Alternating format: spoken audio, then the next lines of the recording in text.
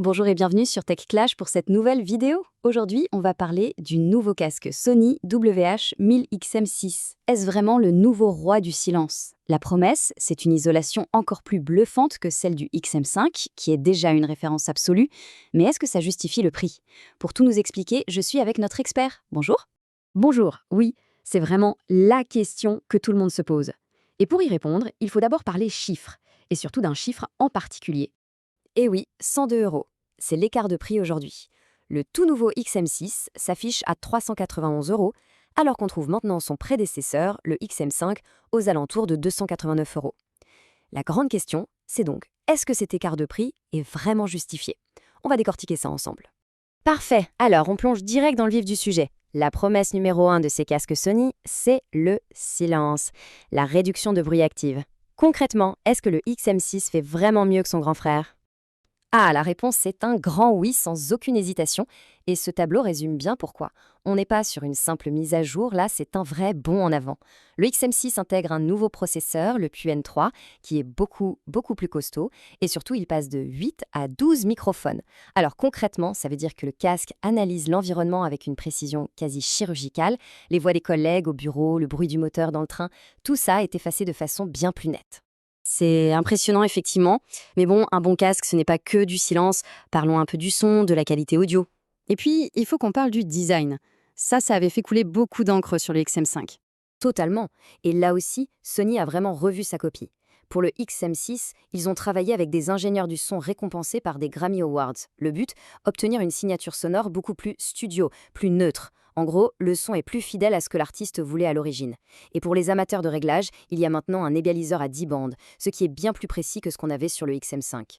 Maintenant, il faut être juste, la base technique reste excellente sur les deux casques. On retrouve les mêmes technologies de pointe, comme le fameux codec LDA, pour un son sans fil en haute qualité. Donc dans les deux cas, on a un son haute fidélité. La différence, c'est vraiment que le XM6 donne plus de contrôle et propose ce nouveau réglage plus professionnel. Ah, et on arrive au point que tout le monde attendait, je crois, le retour du design pliable. Ça, c'est une super nouvelle pour ceux qui voyagent, non? Ah oui, c'est un retour en force. Clairement, Sony a écouté les retours des utilisateurs. Le XM6 redevient donc facile à transporter, compact, on le glisse dans son sac sans problème. L'étui a été repensé, il est plus pratique, et ils ont même amélioré le confort. Avec un arceau qui répartit mieux la pression, c'est mieux pour les écoutes prolongées. D'accord, donc on a une meilleure réduction de bruit, un son plus pro et un design plus pratique. Mais est-ce qu'il y a d'autres petites choses, vous savez, ces petites améliorations de qualité de vie, comme on dit, qui peuvent vraiment faire la différence au quotidien? Oui, tout à fait. Et ça commence par la qualité des appels. Avec les 4 micros en plus, le système qui se concentre sur votre voix est beaucoup plus efficace. Si on est dans une gare bondée ou dans une rue avec du vent par exemple, l'interlocuteur nous entendra beaucoup mieux. La différence est flagrante. Ensuite, il y a une nouveauté exclusive au XM6. Ça s'appelle le 360 Up Mix for Cinema. En fait, le casque prend n'importe quel son stéréo, par exemple un film sur une tablette, et il le transforme en un son surround, beaucoup plus immersif. C'est un vrai plus si on consomme beaucoup de contenu vidéo en déplacement. Alors là, je vois 3 minutes qui s'affichent, c'est très court. Qu'est-ce qui se passe en seulement 3 minutes de charge? En 3 petites minutes, on récupère jusqu'à 3 heures d'écoute.